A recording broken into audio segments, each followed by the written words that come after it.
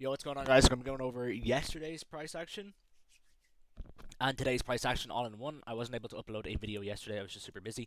For today, I wasn't actually able to trade today, and I'm going to be looking at today's price action for the first time with you guys. So this is going to be yesterday's price action, though, and what I ended up taking. I ended up taking no trades yesterday, but I did end up fading an A plus setup. So we're going to go over that. I'm going to take accountability for that. I'm going to move on. So coming into the market open, I was low key like on the higher time frame. We are looking pretty bullish, right? Um, and above us, what did we have at this time? We had these obvious draws. We're in a clear market maker buy model. Why did I say that so weirdly? But we're in a clear market maker buy model at this point in time. If you want to just zoom out to the 4 hour here and just look at the 4 hour, like it's a clear MMBM. Oh my. Well, you guys get the point. That looks so chopped. Okay. Oh my god, what's going on? I'm getting griefed. Okay. Um, and we just swept out this like major sell side right here inside of this 4 hour pre-market. So I was leaning both ways. Like I could see bearish price action overall because we did have this unfilled hourly gap above us here. Don't mind this diddy candle on the hourly, that was after market open. We had this unfilled hourly gap up here as well. So I could see both things. If you wanted, this was like basically my condition. If we ended up running up to this hourly gap here, then I could potentially see us moving lower if we wanted to respect it. But if we ended up blitzing through it, then obviously I was going to be bullish from this. Wasn't really too keen on taking any shorts today though, because the targets lower are just very, very minimal. Again, all high resistance, while we are actually targeting good draws higher, since it is in a clear market maker buy model. So cool, 9:15. Let me just see here. What time is this? 9:29. Cool. So next candle is gonna be market open. So as you can see, market open just ends up ripping into this hourly gap. Now I'm not gonna lie. I think it was 9:45 where we had this. So boom. So the first setup comes in right here. Hold on. Next candle. And then 9:43. Okay, cool. Wait, let me just go over this first of all. So anyway, we ended up this singular 5 minute candle ended up closing right through this hourly gap. Now, obviously, that doesn't matter because the hourly gap has to close on the hourly chart for it to actually like have the narrative behind it. But this was a very, very bullish market. This was a very, very bullish market open. Sorry. We had some pretty good low resistance draws ahead of us as well, like these. And honestly, like this 5 minute gap, right? This is my thought process during this. I don't know why I didn't act on this in the moment. Probably a few factors, but we're going to take accountability for it for sure. If we are going to be bearish in this situation, if market is opening higher into this 1 hour gap, right, in a discount, right, this is a discounted 1 hour gap, we should see what to happen to this 5 minute. Pretty simple, right? This 5 minute should get disrespected and it should get ran through, right? So what ended up happening is we ended up generating more liquidity towards this high, which was inside of the hourly gap. And then this was 941, 2, 3. See, another failure swing to that. And then it was 943, 44, and then 45. Boom. So 45 ends up wicking the C of this entire range. If you want to go from here to here. As you can see, 945 ends up wicking the C of this range. And then after this 945 candle, which is the 945 PO3, which is the new 15-minute candle opening, what do we have instantaneously right after that?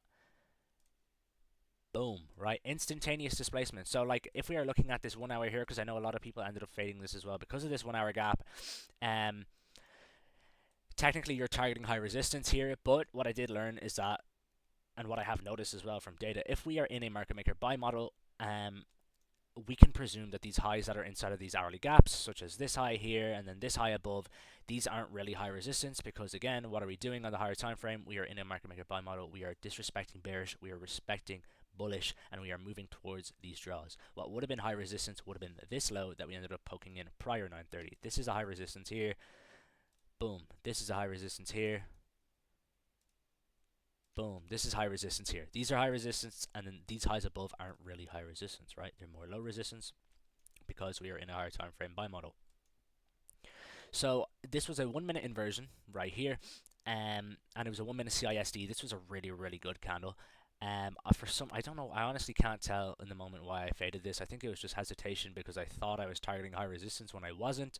But yeah, this trade was excellent. So if you did end up taking this trade, super A plus, good shit. Yeah, I should have taken it myself, but I didn't. So we learn and we journal, and we journal it as a faded trade that should have been taken. Now, I originally, my thought process for this was that this was like a really good setup in itself, but I felt like the break even on this was also like inevitable because this is going to be my break even for this trade. It was just going to be this hourly high because if you wanted to, boom, boom, right? So this is an instant break even. If you went break even at this hourly high after taking this candle, you would have gotten break even instantly, and which is pretty expected because during this moment in time as well, ES wasn't really close. I don't think ES was distributing at the same time as NQ. Maybe it was. I could be wrong. But this break even was super super obvious, and then we ended up opening this 1 minute gap here, and then this 1 minute gap ended up holding, and then we ended up running all the way to those final draws of liquidity, being London session highs.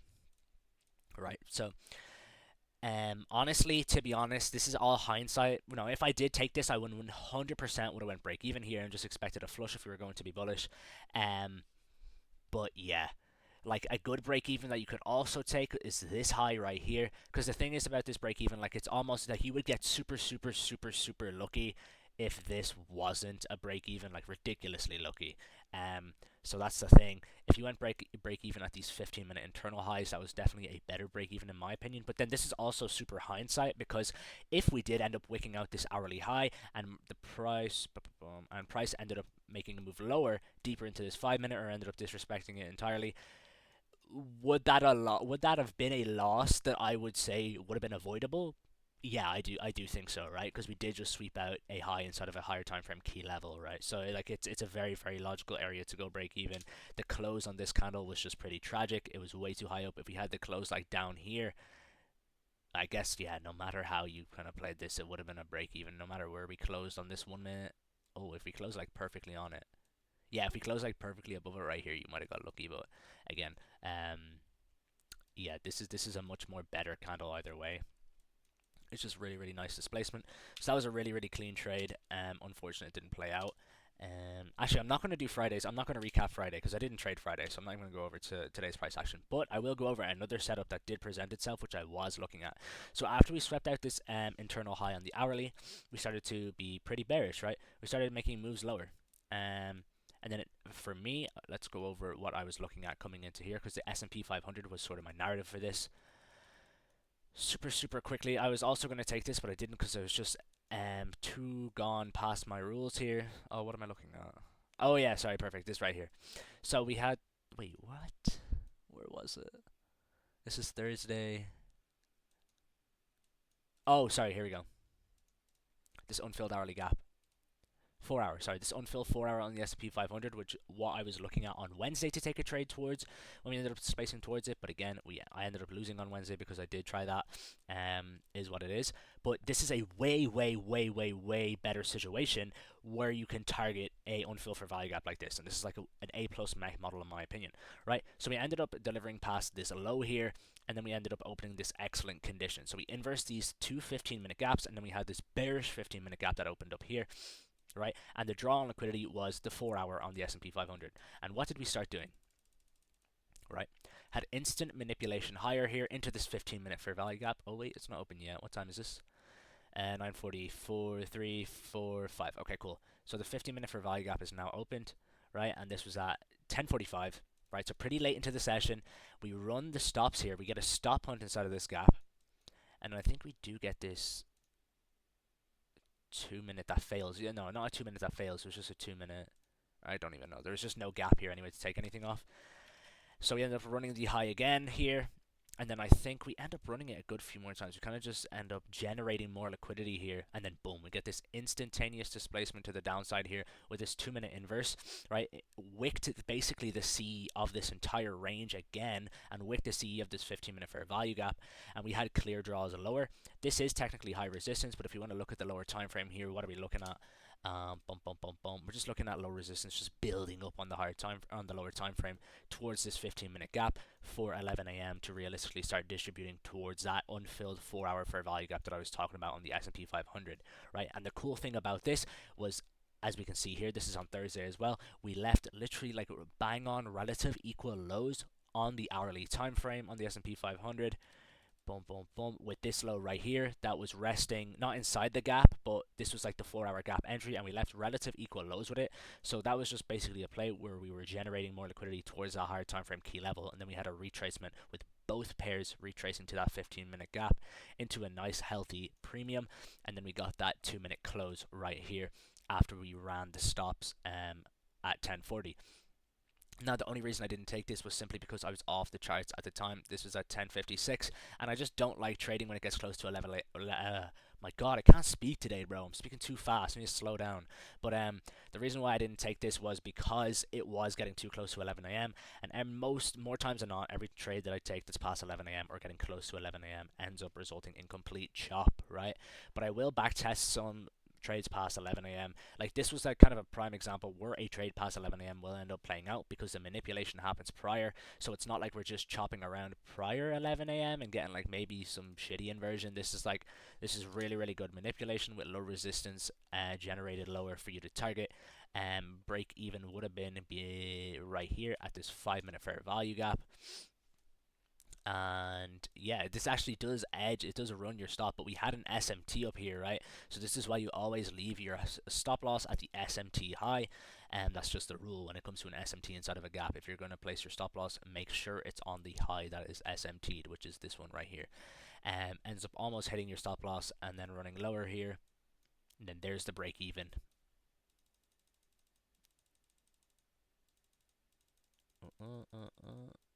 Oh, that play. Oh, sorry. Because wait, this was at what? 11:18. Hold on. This would have been, you would have been taking your position off once. Okay, perfect. So at 11:10. 11:10. So right here on this candle, apologies for that.